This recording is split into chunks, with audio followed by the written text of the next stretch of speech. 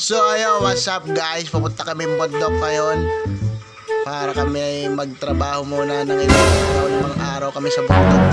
So ayun, bumara na nga si Sir Bagyo.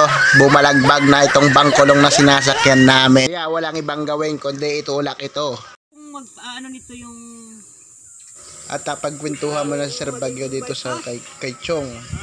At kami nagpahinga muna, medyo mataas-taas itong aming inahong nahirapan yung mga kalas niya. Naisipan ko naman bidyuhan itong magandang view dito sa Padre Burgos.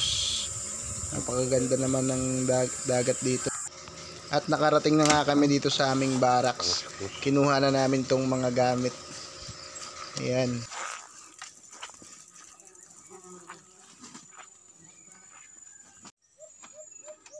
So first day namin dito sa Bugubat. Si Sir Rod nga pala ang aming chef cook dito. Yan nga pala yung higaan ko. Kay Sir Bag yung higaan. Kay Sir Rod dito sa duyan.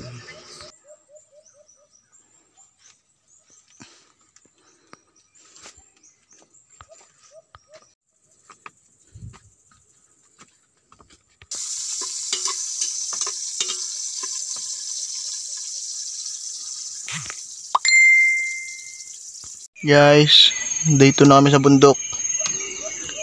Good morning. Ngayon, nagsasara na ang pangkapi namin.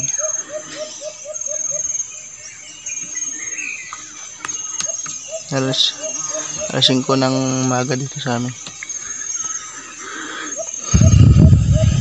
Sa San Andres City. San Andres City.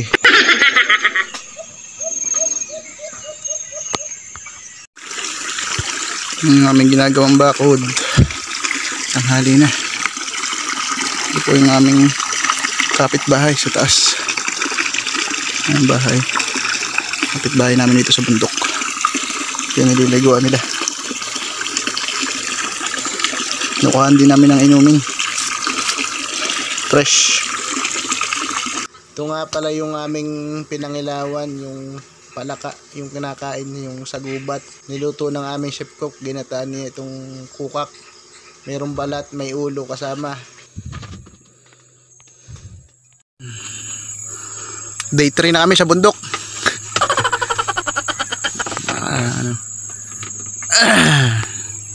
Lumo na yung saging namin. Yan, nadurog na yung iba. Kasama nga pala itong bayokong ito na pinangilawan din namin. Medyo madami-dami din kaming nahuli. Hindi ka magugutom at hindi ka mawawalan ng ulam dito sa gubat.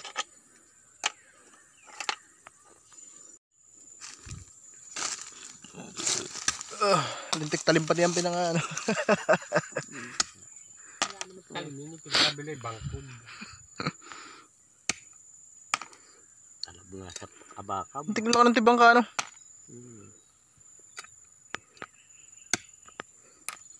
Hindi nga pa, liit pa nga niya. Pinakuha ko sa kunisan niya na talaga.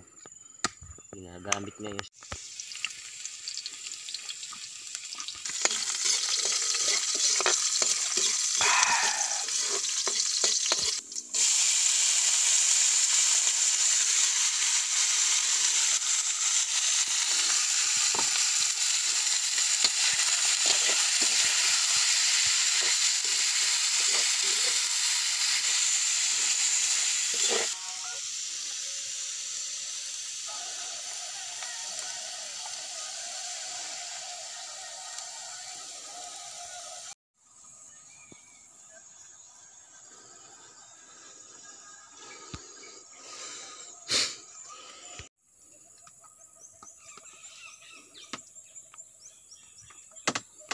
Ay, sa alabog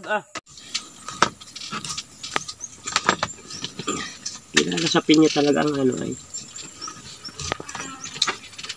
Ang matatamis. Ano ang mata.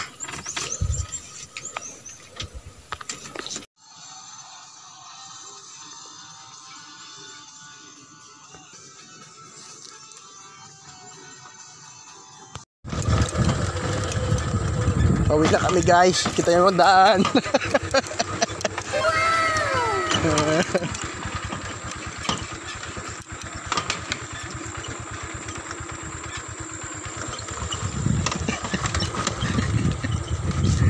Parang nangangabayo lang si Turod.